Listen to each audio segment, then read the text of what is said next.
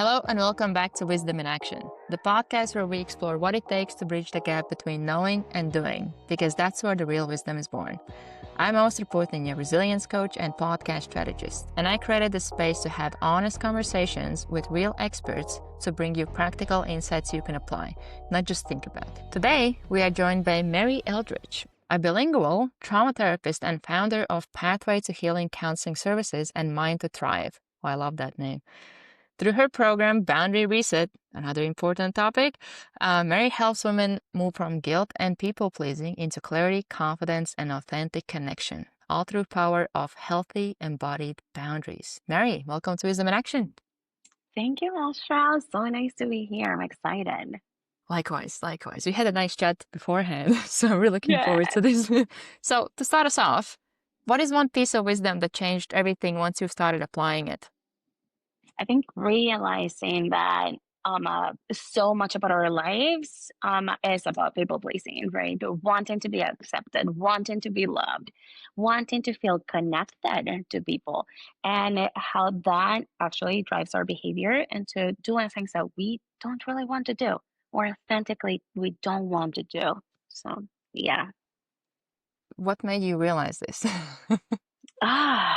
I would say probably connecting with myself and learning so much more about the impact of past experiences, trauma, learning about the brain and how it works, right? And also like seeing it in my clients too, right? Like I think that so many of my clients are constantly in survival mode, which doesn't even allow us to access rational thinking, right? So when we're stuck in those patterns of being in survival constantly, we don't even get to know ourselves well, right? We're just Yeah, there's no constantly space. surviving. Exactly. We don't thrive. We just go with the flow. Yeah, survival mode is a tough one because I think Mhm. initially you don't even see that that's where you're at. Absolutely. You're just feeling anxious or you feel like you're just feeling depressed or feel like you're overwhelmed and burned out and just trying to like stay afloat kind of thing and not realizing that there's so much more that is connected to that and that it doesn't have to be that way either, right? It's like it doesn't have to be persistent, constant, or permanent. I always like to say to my clients, think about the weather. You are the sky, and everything else is the weather. That's a good one. As you were speaking, I was curious to ask, what do you know why or what's the reason of the kind of like why we get into survival mode? Why does it start in the Mhm. first place? Yeah, it can be pretty much anything that puts us in survival mode, right? But I like to think about it from Dan Siegel's hand model. So if we look at the brain like this, right, where our thumb is covered by our fingers, right? And our fingers, we kind of represent our forehead, which is really prefrontal cortex, frontal lobes, all of that. And our thumb, which is, like I said, covered by our fingers, that is amygdala. The amygdala is like the smoke alarm of the brain. It senses threat. And it says, oh, this doesn't feel good. This scary. This, we need a reaction. We need to get out of this. And when the amygdala is activated, the prefrontal cortex, which is rational thinking, what makes us human and different from other animals, what helps us think through all of our options and why one option is better than the other one, et cetera, it goes offline. So when we're in survival mode, whether it is, that a car is coming towards us, that puts us in survival mode. But our brain doesn't know how to differentiate between a car coming at us versus, financial stressors or losing our jobs or even just feeling like this person that we really like doesn't like us back, So it's right? kind of like It what we doesn't differentiate. perceive as threat. It's not just like Exactly. just the actual threat. Exactly. Yes. And I always say to my clients, that's also trauma, right? Trauma is not about the event per se, It's about what we perceive it to be, right? Something that puts us in survival mode, something that overwhelms our capacity to cope. I actually have a good example of this. I heard in one podcast there was lady talking about how she was when she was a kid, there was a war where she was living. For her, it Hmm. was one of her best memories because her father was actually present. He was actually like looking after Absolutely. them and giving them attention and all that. For her, it actually was good memory, even though it was traumatic Hmm. experience. Absolutely. And so many people wouldn't understand that, but that is what trauma is about, right? It's about our perception. And if she felt safe in that space because dad was there, was present, was offering, like the sheltering, the attachment that she needed to feel safe, that can be healing. And that can transform an experience that other people would perceive as traumatic into something that perhaps wasn't, like for her. Very interesting. So, is there a way how, um, I think one is something traumatic that you have gone through in the past, something different is something traumatic happening now or like in this moment or whatever, like kind of more present. What Hmm. are some of the ways that it can be navigated or some things that can help to have positive, well, semi-positive as positive as it can be with traumatic experience, where Hmm. it doesn't affect you as badly. I can put it that way. Yeah.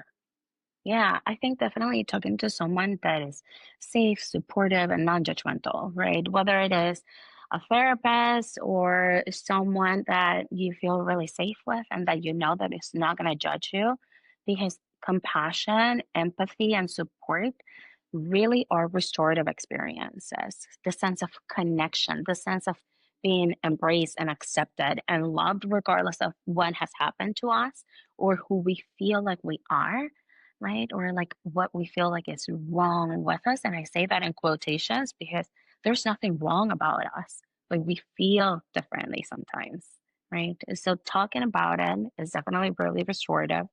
But of course, I always suggest also grounding, which grounding is anything that brings us back into the present moment, which I say the here and now, right? Because when trauma happens, we go to the then and there. Trauma and traumatic memories are stored in the brain in isolation.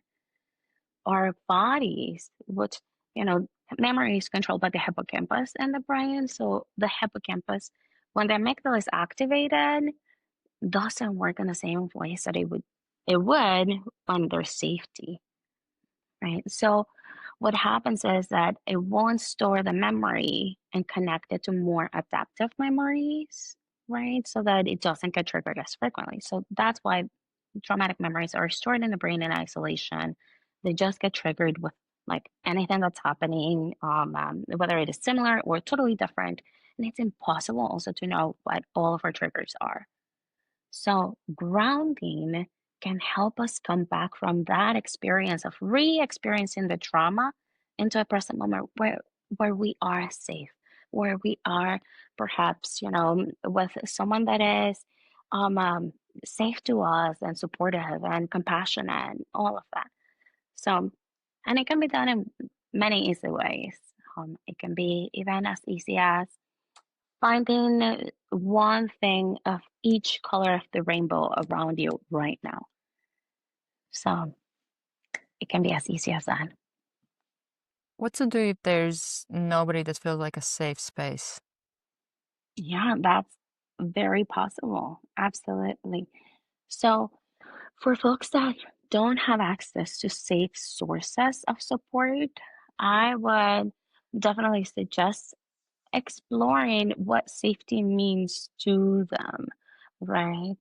And also, I always encourage my folks to not give their trust away, right? Like in society, we're told, trust people until they hurt you, until they give you a reason not to trust them. When actually, what we tend to not say is that trust is the main weapon that people use to hurt us. So when we trust people, when we give our trust away without them proving to us that they have earned it or that they deserve it, and then they hurt us. So if no one feels safe to that person, I would explore what does safety mean to them, and if there's people around them that have shown the possibility of building trust, or like they're willing to build that trust with them. Because sometimes when we are in survival mode, yeah, we cannot pick up on safety cues either. So, are there milestones for that person that would say, you know what, this person could potentially be trusted at some point, even if not now? And this is what they need to prove to me. I'm I'm curious, what do you, well, one is how would you define trust? Hmm. And what would you say are some of the things that are important to create that space or that relationship where there's trust? Hmm. And I'll be fully honest, I tend to not give kind of like descriptions, or I don't tend to say like this is what it is. But what would you say is trust to you? Hmm. I actually had a conversation about it last week, which is another interesting question I will ask you afterwards. Yeah. They are queuing up slowly. I think for me, uh, initially, when I was growing up, I wouldn't really trust anybody, but people would trust me. So I kind of like would be their safe Totally. space. I would create that space for them. Hmm. But I think for me, trust, it's kind of like it's that sense that um, I feel like I can just share it with the person. It literally is just as simple as that. It's just that Uh-huh. sense that whatever I feel I want to share, I can share with that person. That's kind of like the Mm. baseline of it all. And the things that are Okay. underlying of that, which is I Uh-huh. try to understand even with having conversations with people when some of them, they would share their like childhood traumas with me and we have the first conversation ever. And Uh-huh. I would ask them like, what was it that made you share that or made you feel safe to share that? Uh-huh. And there's several things that I have understood. One is not judgmental. Like there's Yes. no judgment. But also I understood that there's I was trying to understand like what's the opposite of judgment. And I got to the conclusion that it's curiosity because when you're being curious, Uh-huh. the way I describe it is you're gathering information. It's like I'm a white Uh-huh. page and I'm just gathering even my perceptions, my beliefs, doesn't matter. I'm just gathering Yeah. information about you. And then by the time I get information, I get to the judgment, there's nothing to judge because I understand you based on that Uh-huh. information. So there's no judgment, good, bad, right, wrong, because I got the Uh-huh. information from you and I understand why you Uh-huh. think the certain way or like what's important to you, whatever might be the case. But that understanding, it's kind of through curiosity you Uh-huh. understand, and through understanding you remove the judgment. I love that. And you know what? It's so funny that you say that because in school they always say that too. Come from a place of curiosity, and it kind of like also remove the preconceived conceptions or preconceived ideas about what something should be, right? Shoulds are impositions, right? And they are Yeah, I try to judgments. avoid should. What's that? I try to avoid shoulds. Exactly. Yes, absolutely. So, I also thought you mentioned, the removing judgment and the empathy too, right? The empathy and like, I can hold this and what you're sharing with me with care, compassion, and see it as an honor, as opposed to like making up ideas about what it is or what it should be as well, which is like falling back into the judgment piece again. Yeah, and that's that sense also that the other person cares. Like they Yes, care for you. It's not just about exactly. them fixing you or anything like Yeah. that. It's just they care for you. They want to be there for you. And even if it just means sitting there and listening to what you're sharing. But it's Yes. the more I think about it, the more I see how many people don't have even one person like that. Mhm. which can feel Mhm. very lonely. I know for me, for a really long time, I felt, uh, Mhm. I think initially I would feel lonely. Then I built relationship with myself to the point where I didn't feel lonely anymore. But Mm. I still, for the most part, wouldn't feel understood. I remember it was, I don't know how many years ago, but I had this thought, I had this realization because I'm pretty good at explaining stuff. And people would Mhm. ask me, why are you the way you are? And I would explain to them, and they would just be Mhm. like, I don't get it. You're crazy. What is wrong with you? Kind of thing. Um, and uh, and I was like, what do you mean? Like, I just Yeah. explained to you. And What do it you was mean, really? yeah, and it was getting like frustrating. I did understand it that like the lifestyle that I would have, like I don't know, when I was 12 years old, I started to wake up at 5 a.m., do my own workouts, and then like I Mm. was really into psychology and like I didn't really party. I Mhm. was just like training and all that kind of stuff. It wasn't the usual lifestyle. Mhm. Um, but that, for me, it just made sense. I'm like, this is fun. This is interesting. I kind of like doing that. Yes. And but then I got to the point where I had this thought. I remember the moment that I had it, where I realized instead of trying to be understood, I'm gonna focus on understanding them. And then if Mhm. somebody understands me, it's a gift, it's a blessing.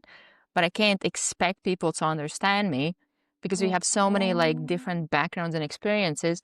But what I can do is do my best to understand you. And if you understand me in return, awesome. If not, Yeah. eventually somebody will, as long as I talk to enough people. Absolutely. And I love that because in that way you reclaim control, right? And for humans, we need to feel in control, right?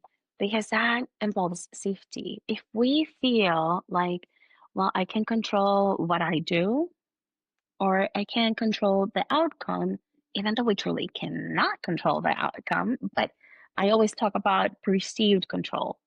Us feeling that helps us feel safer, right? And so I always share with my folks, try to find ways in which you can reclaim your own control, your own sense of power. And that on itself is counter narrative to the trauma and it's healing.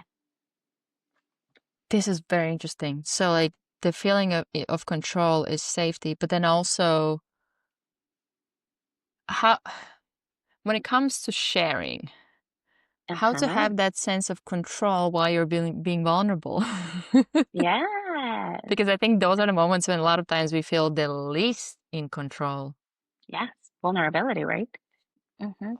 And Yeah. vulnerability, even even the word comes from like the meaning is the possibility of experiencing pain with vulnerability. And humans, we are pain avoidant. Our survival system does not like work well with feeling in pain or like the possibility of experiencing pain. And emotional pain has been found that it triggers the same like brain neurological pathways as physical pain. So when we are sharing something that feels really vulnerable and possibly painful, and we don't know how the other person is going to react or take it, that can put us in survival mode on itself. And that can make us feel unsafe and potentially like we are losing control. Yeah, it's something that that's the question I wanted to ask you. I had Hmm. conversations with several people this week about it. Why do people share? Hmm.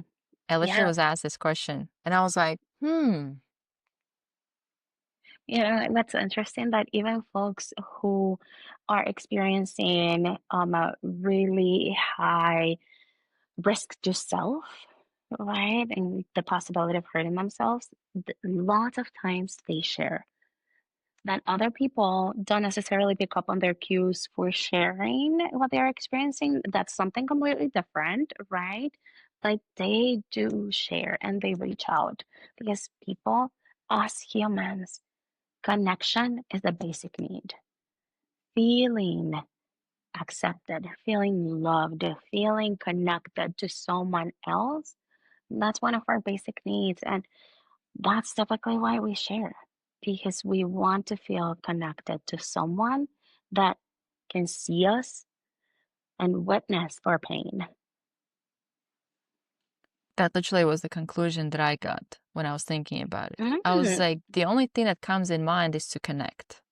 yes, That's literally absolutely. the only thing that came in my mind as, well, we share to connect, whether it's good Mm-hmm, that we share, bad, but it's that sense of mm-hmm, connection that you get from that instead of mm-hmm. kind of. And I think it's hard to, for me, I didn't really understand connection until I experienced it. Because for the longest time, I just felt like, well, Mm-hmm. I'm on my own, nobody gets me, and all that. Yes, And I didn't really get it. It's like, doesn't make yeah. sense.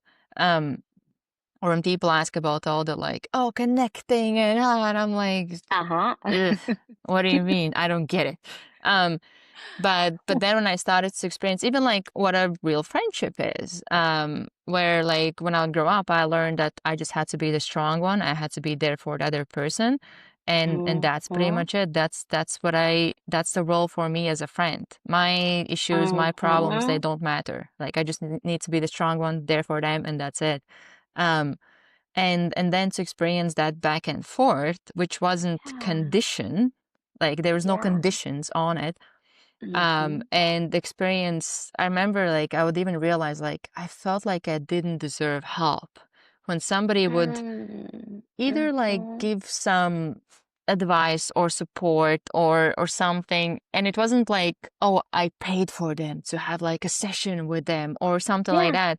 They just did it with no expectations whatsoever. They just wanted to help. Yes. That would literally be like, whoa, like this is so like weird, even unfamiliar. and Absolutely. and that's where like the more I have gone through those experiences, and also like I have always been helping others, Mhm. recovering people pleaser, as well. But for me that was more so like, well, that's expected kind of thing. Initially actually I realized it was, I was drawing my self-worth from that. That was the only way how I knew to feel good about Mhm. myself, is helping others. And then if somebody didn't say thank you, I would feel like bad about myself. It's for me, that's not the Yeah. reason why I help anymore, but I know that back then it was big. That was the only way how I knew to feel like kind of good about myself, just helping others. Like I'm there, yes, yes, yes, yes, Mhm. always there. Um, and I would end up neglecting myself. So it's the, Mhm. which actually leads into the topic I wanted to talk about, is the boundaries. Um, Mhm. Mhm. which is it can be a tough one, especially at the beginning. How to, what are some of the signs that you're not setting boundaries, or you Mhm. might need to consider starting to set boundaries or set more strict boundaries? Yeah. And also, thank you for sharing about your experience because, yes, that is very real when we draw our self-worth from what we do for others. Right. So, thank you for sharing that. And boundaries, right? So, I would say, and what I always say to people is trust your instinct. When something's not feeling right, notice that, connect with that. Once again, it goes back to like we're pain avoidant, right? So we just kind of like tend to shove that away. We say like, oh no, I don't want to feel that, or why am I feeling this way? Whatever, let me ignore that, or there's something wrong with me for feeling this way. When Another one is, actually, I had it. yeah, I'm the peacemaker. I can't be the one that is, you creating know. conflict, right? Mm-hmm. Exactly. Don't rock the boat. Yep, Don't yep, yep. don't complain. Just chill. And like this whole idea of like, oh, so and so is low maintenance, right? So and so is cool, kind of thing. All of those ideas are just fostering that we cannot feel our feelings, that we just have to be there for people regardless of what we're experiencing and regardless of the discomfort that we're experiencing and our needs not being met. So I would say trust and instinct. There's a concept that I really love. It's called neuroception, right? So neuroception is when we're perceiving with our whole body. and we're staying attuned to our whole experience from like all of our senses, right? And pulling that together and noticing. So that is our assumption. We know very little about how our brain works, right? And we know that our brain is only noticing a limited amount of things that not we're consciously processing. It's very limited. But that doesn't mean it's not picking up on other cues. The things that we tend to dismiss those other cues because we're not creating conscious thoughts about them. So what would happen if we actually did? If when we're feeling discomfort, we connected with ourselves and said, where is this coming from? Let me notice. And we stayed attuned to our own experience. Um, Neglecting your needs. That's Mm-hmm. that's Mm-hmm. a good one. I I know that for me, and I know this will be valuable for many people who are going through that. It's like you wouldn't even consider your needs. It's Yeah. just that it doesn't really matter. Like whatever is better Mm. for others, like whatever. And also, what ends up happening, like a few years ago, I did this. I called it friendship audit. I Oh. just did it by accident. It was New Year's and I was like, oh, I want to go Oh. through like my friendships. And I'll just go through and I started to see that one, I was the one initiating the connection, meeting up and all that. Secondly, Yes. a lot of it would be on the other people's terms, where it wasn't Mm. like, oh, Mm. let's meet like somewhere in the middle or whatever. It was more so what's convenient for them, which I know I played role in that because I enabled that by like being a people pleaser and being like, oh, whatever is better for you. And like my wants, needs doesn't really matter, whatever is better for you. So I know I played role in that, but it was really interesting to see that one, people gonna treat you the way you teach them to treat you. It's Yes. not just that, oh, they treat you badly. No, you also allow them to treat you that way. You didn't set the boundary, you didn't communicate whatever might be the boundary or your like values, whatever Mm-hmm. might be the case. Um, so for me, it was really interesting to see that because if I wouldn't initiate the contact, we just wouldn't meet up. We Mm. just happens to several Oh. people. I would just test it out. I'm like, okay, let's see for like 3, 6 months. I just won't initiate and see what Yeah. happens. Yeah. That is such a common experience. And it's funny because I have like several videos, several reels on my Instagram that talk about that Okay. actually. Yeah. So, for folks that like would want to check that out, it's at your BIPOC therapist on Instagram. But yes, the thing is though that it is true. You did allow them to like treat you that way, but also it was because you were in survival mode. You felt Yeah, like true. you didn't have an alternative because if you did ask for what you needed, Yeah, it they wasn't an wouldn't give option. it to you. Exactly. Yes. So your brain already was picking up on that information, even if it wasn't consciously, right? And Yeah. say again, I rather maintain connection than lose them by incorporating my needs or by asking for my needs to be met in this relationship because I know that's not possible.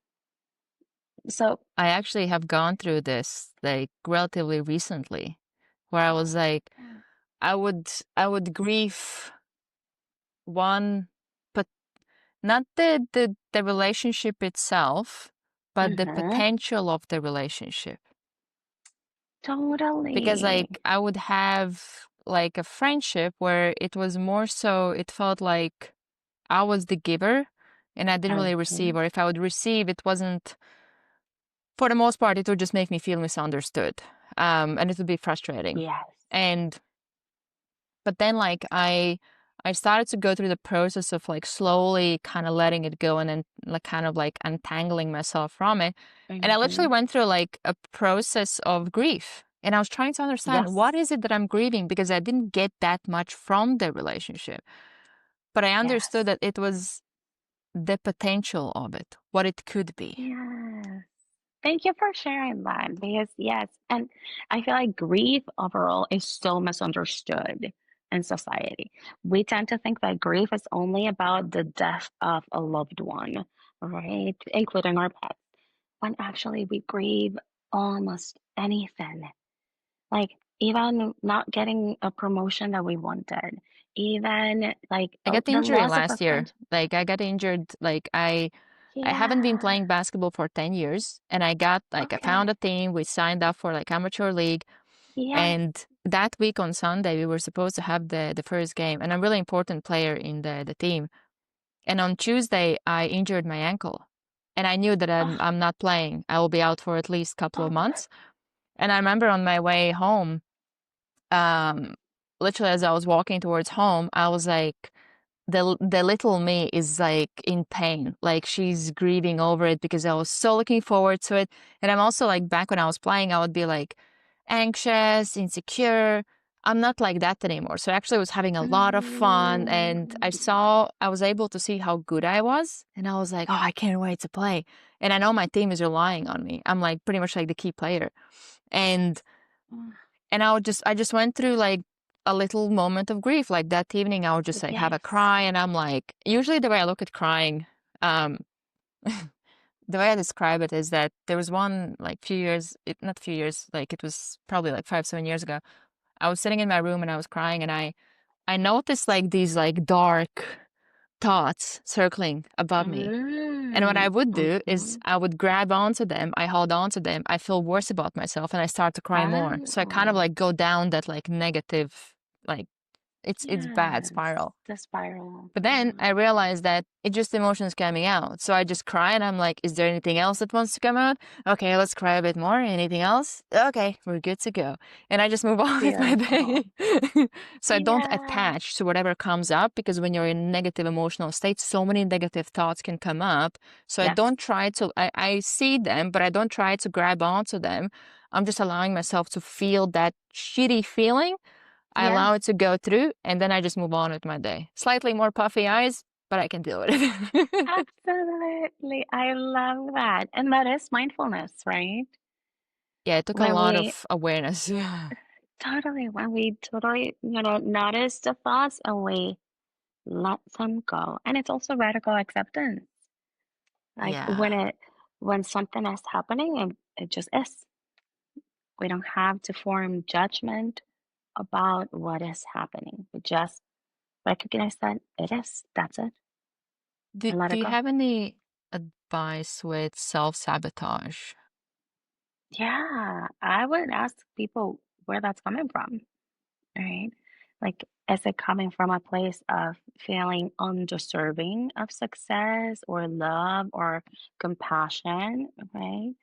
Or is it coming from a place of past experiences and that is what you were taught, right? That you would experience only negative things. And then you get stuck in a pattern of like when things are going good, then you sabotage them because that's all you know that you could experience. I would ask them, where is that coming from? And I love this theory. It's called IFS, Internal Family Systems by Dick Schwartz. And he talks about how we're made of multiple parts to ourselves. It's not a diagnosis, right? For example, the person that I am with my clients isn't the same person that I am with my kids, right?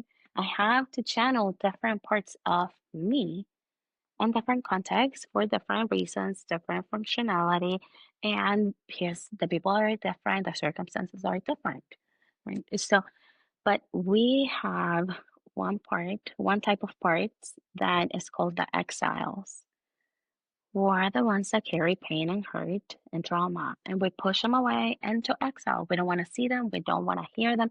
We don't want to experience them or whatever they're carrying. Out of sight, out of mind, completely gone. Well, not really, right? They're still there, right? And they actually take over the system. So at times when we are like, I don't even recognize myself. Like, why did I do that? Or like, why did I say that? Or even like losing like memory and connection to some experiences. Like, I don't remember that and stuff like that, right? That typically could be an exile that has taken over the system, wanting to feel heard, seen, and witnessed, right? Cared for. Right? So the other type of parts is the managers who are constantly overworked, overtired, and feeling like they're failing at it, right? So those might be parts of us that are like the inner critic, right? I am bad, or there's something wrong with me, right? And I have to be better at this and this and this and this, but you're never good enough, right? That is typically a manager. And the last one is the firefighters, right? The firefighters are the ones that show up when an exile has taken over. And what they do is that they help us reclaim balance and homeostasis, to say it that way.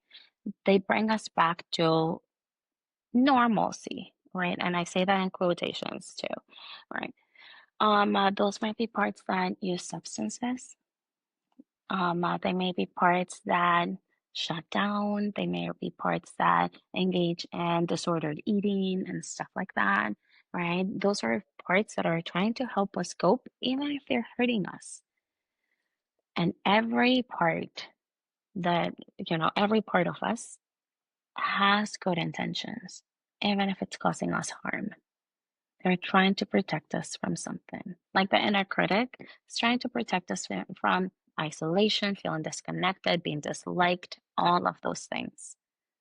So, yeah. I haven't studied too much the internal family systems, but one thing that I have gotten from it is when I would say I feel certain way, I wouldn't be like, oh, I am this. Part of me feels this Mhm. way. So it kind of helps to I distance love that. myself from Yes. the whole me is the bad or whatever may be the case. Part of me feels this way. Exactly. Exactly. Thank you. And that is called self-differentiation and unblending. When we separate ourselves from what we're experiencing and our feelings and notice it, right? Try to understand it. Try to see where it's coming from. And that is one of the goals of IFS, in fact. Blending so that us as the full self can help the system function, can help the parts heal and reclaim their role so that they do what they're supposed to be doing in ways that are actually helpful, functional, and non burdensome to them or us. I love this. I feel like you could talk forever. Before I ask you the last question, where can people connect with you, learn about you? Yes, so the easiest way would be finding me through social media, Instagram at your BIPOC therapist, and also my website, um, www.mind2thrive.com. And that is also where I'm hosting one of my mini courses called People Pleasing Detox 21 Days to Reclaiming Your Voice. And I'm so excited about that. It's 4 modules, self paced, where folks can just take it at their own pace, but also it's given to them per week. And in 21 days, you will learn where people pleasing is coming from and how to reclaim your voice, how to embody your boundaries, and how to respond to pushback. Which, when we change, people may not like that. They may not be used to that and they push back. That doesn't mean that there was anything wrong with your boundaries. It's just them adapting to the new you.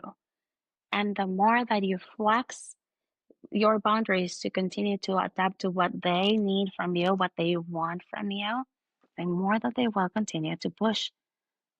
It is okay to reclaim your voice and set the boundaries that feel appropriate to you.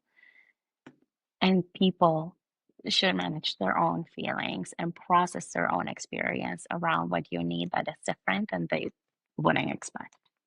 And also, something that has helped me is to keep in mind that I have a good example of this. Like, it takes time for people to adjust to Yes. your new you or your new routine. Hmm. Like, when I started to when I was training for a half marathon, my parents were like, Yeah. why you have to do this? It's not good for your knees. It's not good for your health. Which, by the way, they're true. Like, if you want to do something for health, don't do endurance. Like, it's not for health. But then after the fourth half marathon, I remember I posted it in the Cool. family chat, and my mom was like, "Congratulations! What's next?" Completely different Oh, reaction. But in the beginning, it took a while for them to be like, "Okay, I guess this is what she's doing now." So it's just something yes. to keep in mind that for some people it takes time to adjust, and it's understandable because they have Mhm. known you certain way. Like for me Yes. also, it was one of the hardest things, especially as somebody who is like empathetic and all that, to Mhm. start to set boundaries and say no and not be as available, because I Mhm. would feel bad about it. I would be like, oh, they might be relying on me. They might have these like expectations, or especially with relationships you already are in instead of new Mhm. ones. But with time, Yes. people just learn, they adapt, and you're fine. Yes. Or you just grow apart. It also can happen. Exactly. And if you grow apart, maybe that means that that relationship, your needs wouldn't be allowed, and that person wouldn't be satisfied with a person that had needs. That doesn't mean there's anything wrong with you. And yeah, I love that example about your mom because people that even love us and care about us and accept us and want the best for us and have great intentions, they still need some time to adapt. Yeah. And they also weren't wrong in what they were telling me. Like they actually were Yeah. right. So it's not that they were wrong as well. Um, Yes. Last question I have for you. What is one piece of wisdom you're still learning to live? Well, I think that, also as a recovering people pleaser, yes, definitely setting boundaries myself too, because there will be some people that it feels harder to do with.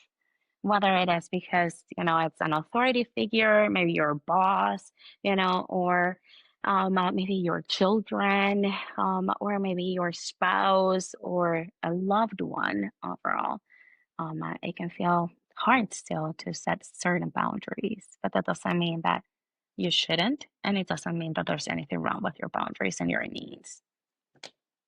Agree. Well, Mary, thank you for coming on, sharing your wisdom. Thank I you. hope it is as valuable for listeners as it was for me. It was really insightful, really interesting, and we covered so much Yeah. in such a short conversation. Um, and to all of the listeners, if any of you are experts with 20 plus years experience and you want to come on the podcast, there will be details below. And if you want to start a podcast, get on podcasts, or need help managing your podcast, there will be information below as well. Thank you for tuning in, and we will see you in the next episode.